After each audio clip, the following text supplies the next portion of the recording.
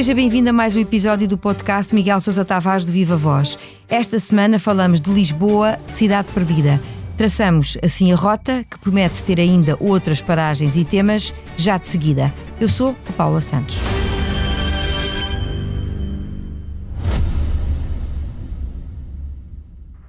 Subscrever o Expresso é ter acesso à melhor informação, a uma vasta oferta de conteúdos exclusivos e à opinião de referência. Subscrever o Expresso é tornar-se membro do nosso clube, poder ser voz ativa de uma comunidade informada e beneficiar de vantagens exclusivas. Subscreva o Expresso em expresso.pt/digital. Expresso. Liberdade para pensar. Olá, Miguel. Olá, Paula. Viva. Viva. Lisboa é o grande tema do seu artigo esta semana no Expresso. O atual retrato da cidade, aos seus olhos, não é abonatório. Vamos começar por perceber porquê. Aponta diversos fatores, mas é sobretudo uma descaracterização que se tem vindo a acentuar e que rouba a cidade aos seus habitantes. Já não reconhece Lisboa? Eu reconheço Lisboa. Agora, o que eu reconheço é uma Lisboa que já não é uma Lisboa dos lisboetas, é cada vez mais uma Lisboa dos turistas. O mesmo acontece em cidades como Veneza, Barcelona, muito em Roma também, e são cidades que começam a defender-se do turismo por processos muito sérios mesmo, inclusivamente proibindo a venda de casas estrangeiras no centro da cidade, proibindo a acostagem de vapores transatlânticos, enquanto que em Lisboa, pelo contrário, e como eu cito no meu artigo, o Presidente da Câmara diz que estamos longe da saturação e que temos que continuar a apostar no crescimento do turismo, sendo que a Associação de Turismo de Lisboa prevê um crescimento até 2028 de 3,2% ao ano, portanto ainda não vimos o topo da montanha. Para si, esse era o principal fator que poderia, de alguma maneira, contribuir para atenuar estas atuais circunstâncias? Seria a limitação da entrada de estrangeiros? Sim, Paula, repare, por exemplo, os vapores despejam, cada barco que chega a Lisboa, e no total eles despejam 700 mil turistas por ano, cada um que chega despeja aí uns 5 mil passageiros. O que é que eles fazem? Apanham um tuk-tuk ali em frente à Casa dos Bicos e vão, o que eu chamo o circuito dos pastéis de nata, que é a parte mais bonita de Lisboa, vão ao longo do rio, tuk-tuk por ali fora, entupindo o trânsito todo com os tuk-tuks, vão comer pastéis de nata, vão visitar os Jerónimos, comem numa dessas tascas de fast food e voltam para o barco. Compram uma camisola do Cristiano Ronaldo, um galo de Barcelos, qualquer coisa do género. O que é que essa gente contribui para a economia da cidade? Nada, absolutamente nada. Em contrapartida, os vapores sim contribuem para a poluição do ar atmosférico em Lisboa. Pagam taxas portuárias, mas as taxas portuárias é um negócio privado e, portanto, eu pergunto porquê? Porquê é que temos que receber essa quantidade de navios monumentais que despejam 700 mil turistas por ano para passarem aqui umas horas na cidade de Lisboa? O que é que Lisboa tem a ganhar com isso? Nada. Esse é um exemplo de como se descaracteriza a cidade.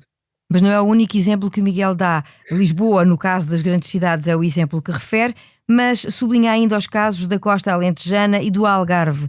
Sendo o turismo considerado um dos motores da economia pelo volume de verbas que movimenta, como é que o país poderia compensar esse desinvestimento? Olha, isto é uma longa conversa, eu ocupo-me do assunto, sei lá, há 30 anos talvez, e a minha tese é sempre a mesma, porque eu já não tenho as contas atualizadas, mas há 10 anos, quando eu fiz essas contas, ou quando elas estavam disponíveis, havia uma conclusão extraordinária, é que há 10 anos atrás Portugal tinha multiplicado por 3 ou 4 vezes o número de turistas que tinha nos anos 70, digamos quando o fenómeno começou, e multiplicando por 3 ou 4 vezes o número de turistas, a receita do turismo, atualizada pelos preços de inflação, era basicamente a mesma. Ou seja, nós apostamos sempre na quantidade e na massificação do turismo e não na sua qualidade. E aquele slogan que se dizia sobre o Algarve é qualidade, foi por água abaixo completamente. Quer dizer, continua a massificação da construção turística, continua a multiplicação dos campos de golfe, continuam a construir-se em cima das arribas, continuam as praias saturadas e tudo isso, obviamente, afasta qualquer turismo de qualidade. Sobretudo no momento em que as viagens aéreas são muito mais baratas, elas trazem muito mais pessoas, muito mais turistas de fraca qualidade, fraco poder económico para Portugal, mas também levam turistas com poder económico para destinos mais longínquos, onde eles pagam melhor, mas têm de facto uma qualidade que aqui já não têm, que vão perdendo cada vez mais. E isto é uma espécie de bola de neve, porque depois é preciso sustentar as centenas de hotéis que se construíram, os milhares e milhares de camas turísticas que existem, e pronto, e quer dizer, e a única solução é cada vez haver mais turistas, sendo que aquilo que sustenta o negócio está, por sua vez, cada vez mais reduzido, a começar pela mão de obra, que como sabemos é quase toda estrangeira, tem que ser importada, continuando nos recursos naturais, sobretudo a água, que é uma coisa que a mim me assusta brutalmente, porque, por exemplo, o que está previsto para o que já está construído e o que está em construção e o que ainda vai ser construído entre Troia e Melides, que são os milhares largos de camas, não há água para aquilo, mas não há pura e simplesmente água para aquilo, e eu não sei onde é que eles pensam ir buscar água, provavelmente ao Alqueva, como toda a gente que do Tejo para baixo, quando se dá conta que tem falta de água, olha para o Alqueva como se o Alqueva fosse a panaceia para todos os males. As praias estão saturadas, os serviços públicos, nomeadamente em termos de saúde, que é uma coisa que o turismo liga muito, porque as pessoas podem ter acidentes quando estão de férias e têm que ser atendidas, está o colapso que sabemos, e portanto nós queremos crescer num negócio que está saturado, que não temos condições para sustentar e cujo aumento constante degrada os recursos naturais, degrada a paisagem do país e torna, em relação às cidades como Lisboa, insuportável a vida dos que lá estão. E por isso Lisboa perdeu 30% dos seus habitantes no centro histórico nos últimos 10 anos. As suas críticas têm por base decisões espalhadas no tempo e por consequência de vários alvos e decisores políticos, mas há um que se destaca na crónica desta semana, Carlos Moedas, a quem não atribui uma ideia de futuro para a cidade. Faz um diagnóstico completamente negativo da governação municipal de Carlos Moedas? Eu digo e peço desculpa logo, aliás, eu peço desculpa no meu texto se por acaso observo mal o que se está a passar em Lisboa, porque eu realmente só venho a Lisboa uma vez por semana e tento evitar o centro histórico, porque já desisti de gozar a melhor parte de Lisboa, como a maior parte dos lisboetas, e portanto peço desculpa se de facto eu estou mal informado ou se observo mal. Mas nos 3 anos de mandato que Carlos Moedas já leva, eu não conheço uma única melhoria em Lisboa, nenhuma. Eu não vejo nenhuma praça que tenha sido requalificada, eu não vejo um pavimento de uma rua melhorado, eu não vejo uma avenida com árvores plantadas, eu não vejo um novo estacionamento na cidade, eu não vejo 1 metro quadrado novo de espaço verde, não vejo nada disso comparado com aquilo que Fernando Medina deixou à cidade. Eu acho que Carlos Moedas está completamente paralisado. Pelo contrário, vejo constantemente no combate partidário, político partidário, e constantemente a atirar-se à herança recebida, que foi a melhor herança que algum Presidente da Câmara alguma vez recebeu em Lisboa, que eu me lembro, não só em termos de obra feita, mas em termos financeiros. E até nesse aspecto, Carlos Moedas conseguiu inverter o superávit da Câmara para um déficit, sendo que ele teve receitas municipais e tem, como ninguém antes dele teve, porque a multiplicação de venda de casas em Lisboa permitiu à Câmara recolher contribuições do IMT e do IMI absolutamente brutais, a que ele acrescentou um aumento das taxas turísticas, as tais taxas e taxinhas que tanto criticavam.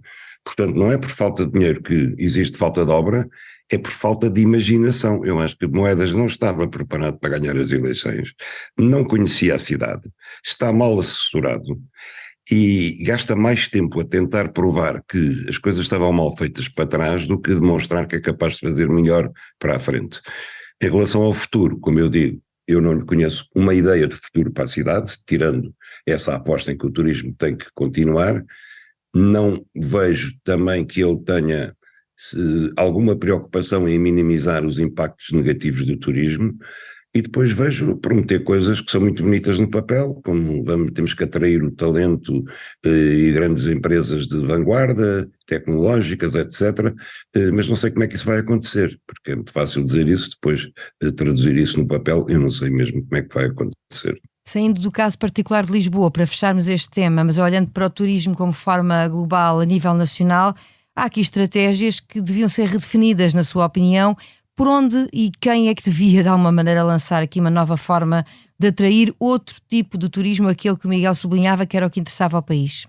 Paulo, eu acho que quem devia fazê-lo era o governo, mas eu acho que nenhum governo tem coragem para enfrentar o lobby turístico hoje em dia. Nenhum tem. E repare que, por exemplo, quando se discute o aeroporto de Lisboa, um dos argumentos mais fortes é a pressão que o setor turístico faz, porque Lisboa, dizem hoje, vai precisar de um aeroporto com até 80 milhões ou 90 milhões de passageiros, dos quais 60 para a própria cidade.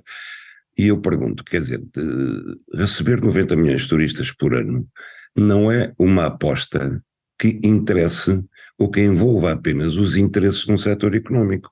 É uma transformação absoluta no país que mexe com uma quantidade de fatores do país, económicos, sociais, culturais, etc., que não pode ser deixado ao livre-arbítrio de um lobby que se movimenta para exigir um aeroporto que satisfaça os seus interesses. Eu acho pura e simplesmente, eu digo no meu texto, meio a brincar, meio a brincar, não, totalmente a brincar, que quando ouço esta reivindicação de que é preciso um aeroporto que ponha 60 milhões de turistas em Lisboa, só me apetece puxar da pistola, porque pergunto, então paguem-no, paguem esse aeroporto e paguem esses custos. Repare numa coisa, por exemplo, eu não sei se você mora em Lisboa ou não, mas as pessoas que moram em Lisboa hoje em dia deixaram de desfrutar na cidade, de grande parte da cidade, da parte melhor da cidade, em benefício dos turistas. Então eu pergunto, porquê que elas vão de pagar IMI sobre as suas casas? Porquê que não são as receitas do turismo que pagam as despesas da Câmara Municipal de Lisboa? Se a Câmara Municipal de Lisboa aposta tudo no turismo, e se o turismo dá tanto dinheiro a ganhar à cidade, então a Câmara e os setores que ganham dinheiro com o turismo, que paguem as despesas da Câmara e libertem os lisboetas, que são proprietários de casa, de pagarem impostos para a Câmara Municipal, porque não faz sentido. Com assim as suas dúvidas e interrogações, o turismo de massas e as consequências, bem como o impacto que tem nas grandes cidades e, no fundo, em toda a paisagem, esteve aqui no centro da nossa conversa e daqui seguimos para o improviso. Ficámos a saber que esta semana o ex-secretário de Estado da Saúde foi constituído arguido no âmbito da investigação sobre o caso das gêmeas luso-brasileiras tratadas em Portugal. E a semana fica marcada ainda pela notícia de buscas da PJ e do DIAP no Ministério da Saúde e no Hospital de Santa Maria. Em causa estão suspeitas de prevaricação, abuso de poder, tráfico de influência e burla qualificada. E teria sido também esta a semana da audição de Lacerda Salles no Parlamento, audição que foi cancelada a pedido do próprio já há alguns dias. O momento em que decorre esta ação, esta investigação, Miguel, levanta-lhe algum tipo de reflexão? Bom, já ficamos a saber porque é que o Lacerda Salles pediu antecipadamente o adiamento da sua audição na Assembleia. Para não ir, exatamente. Exatamente, porque já sabia que tinha sido constituído arguido e, portanto, o Parlamento ainda não sabia, ainda ninguém o sabia, e, portanto, ele ia estar numa situação bastante complicada para responder ao Parlamento. É provável que agora se defenda na comissão de inquérito dizendo que está tudo em segredo de justiça, visto que se foi constituído arguido e não pode falar de nada. É o mais provável que ele diga quando for ouvido pelos deputados. Mas adiante. Aquilo que eu acho extraordinário aqui, Paula, é que tenham sido precisos 6 meses ou mais para que as autoridades judiciais tenham decidido fazer estas buscas. Porque vamos imaginar apenas, porque eu não quero insinuar nada, respeito muito a presunção de inocência de toda a gente, em qualquer caso, mas vamos imaginar que alguém que está de facto envolvido numa atuação criminosa e sabe, porque o Ministério Público anunciou já neste caso, como anuncia sempre, que vai abrir o inquérito. Acha que essa pessoa vai estar 6 meses sem esconder as provas da sua atuação criminosa? Vai estar 6 meses sem apagar as provas que tem no computador, ou mesmo fazer desaparecer o próprio computador, sem limpar as secretárias, sem mudar de telemóvel, vai ter as coisas todas ali à disposição do dia em que, numa operação extraordinária mediática, lá avançam 40 inspectores da PJ, mais não sei quantos magistrados, mais não sei quantos especialistas em informática. Portanto, na sua opinião, perde-se aqui informação importante pela demora na ação. Não sei se perde ou não, o que eu acho é que não faz sentido. Pode-se perder, não é? Pode-se perder. Não faz sentido. Aliás, repare, nós estamos perante um caso raro em que a investigação jornalística levada a cabo pela TV andou sempre à frente de qualquer investigação judicial. Porque há duas coisas que nós temos como certo, e de novo reforço que sem violar o princípio da presunção de inocência. Uma é que o filho do Presidente da República, Nuno Rebelo de Sousa, interveio diretamente a favor destas gêmeas para que elas tivessem um tratamento de favor em Portugal. Duas, é que a primeira consulta que elas tiveram no Hospital de Santa Maria foi marcada por intervenção do gabinete do Secretário de Estado, Lacerda Salles. Isso nós já sabíamos, por investigação jornalística. Investigação essa que não dispõe, como é óbvio, nem dos meios, nem dos poderes do Ministério Público ou da Polícia Judiciária. Portanto, daí para cá, o essencial já estava apurado. Agora pode haver ou não envolvimento de outras pessoas, pode haver ou não outras coisas.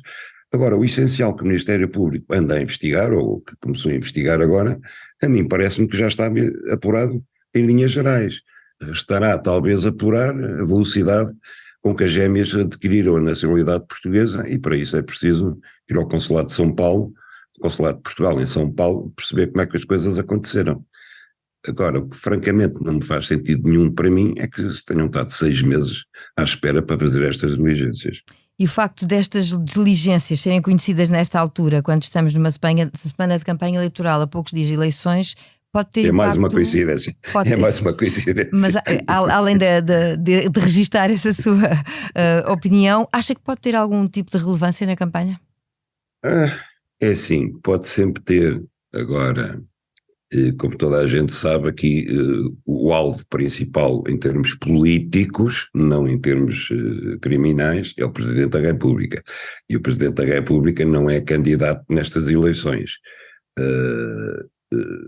É evidente que também envolve diretamente o ex-secretário de Estado, Lacerda Salles, que é um socialista, mas a candidata é a ex-ministra Marta Temido, a qual já sacudiu várias vezes a água do capote, dizendo que não tem nada a ver com isso, não sabia de coisa nenhuma, nem era competência dela, etc. Nem prescreve medicamentos.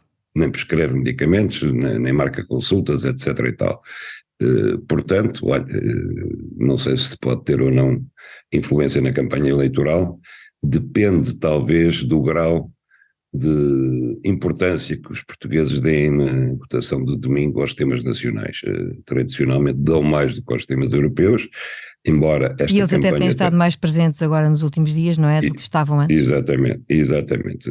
Eu tinha dito aqui há 15 dias que me surpreendia que se andasse a discutir tanto a Europa desta vez, mas ultimamente de facto tem resvalado tudo para os temas nacionais e os próprios candidatos têm feito por isso.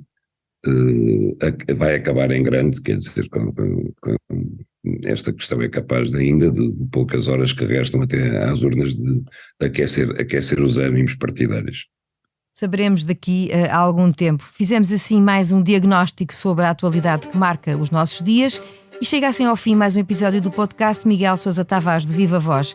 A Ana Salomé Rita teve a seu cargo a sonorização deste episódio e para a semana, já sabe, regressa outro episódio com nova leitura da atualidade.